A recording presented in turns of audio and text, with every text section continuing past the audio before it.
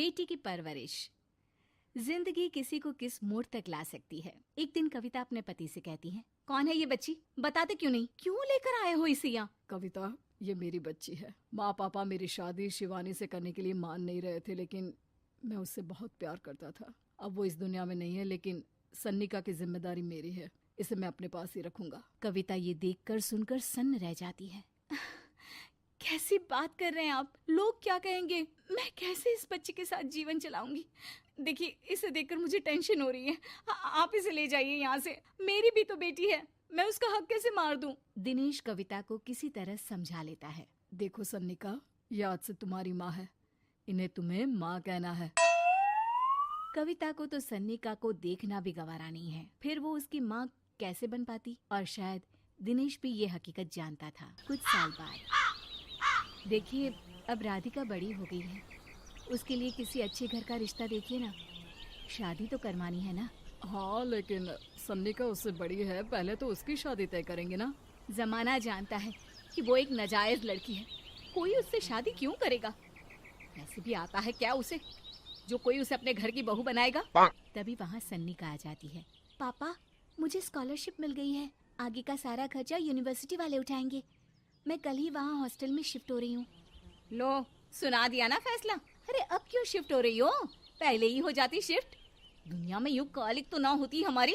क्या यार कविता, एक तो खुशी की बात है कि लड़की को कुछ आगे बढ़ने पढ़ने का मौका मिल रहा है, लेकिन नहीं, तुमको तो केवल ताना मारना ही आता है। जाकर देखो शिवानी क्या कर रही है। अरे हाँ, मैं शिवानी को दूध देना भूल गई, वो कैसे उठेगी? कविता को ये सुनकर गुस्सा आ जाता है। हाँ हाँ, अपनी किताबों से फुर्सत मिले तब ना।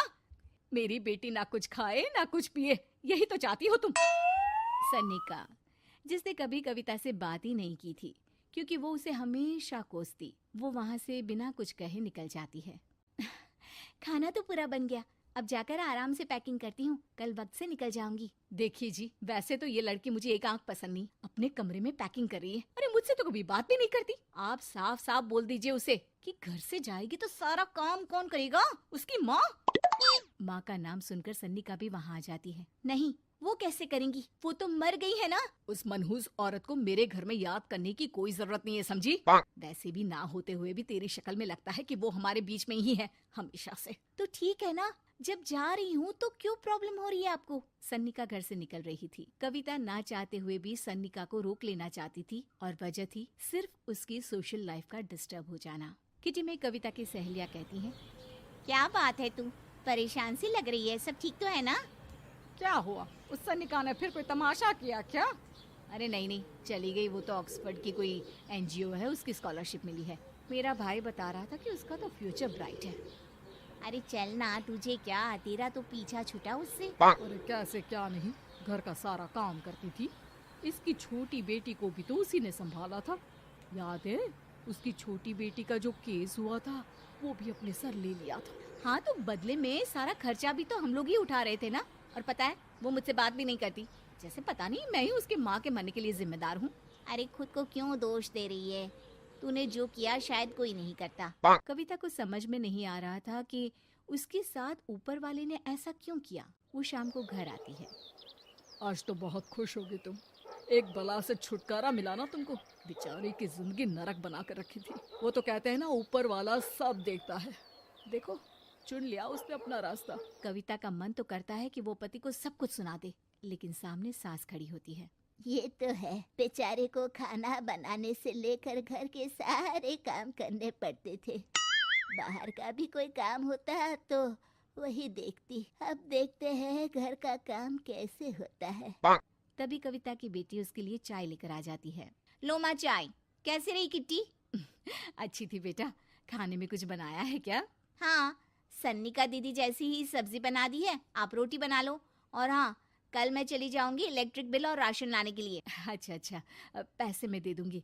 सन्नी का कार्ड दे गई है ना? हाँ माँ, एक कार्ड तो देकर गई है। अरे चोर नहीं थी वो, मेरे बेटे का ही खून है।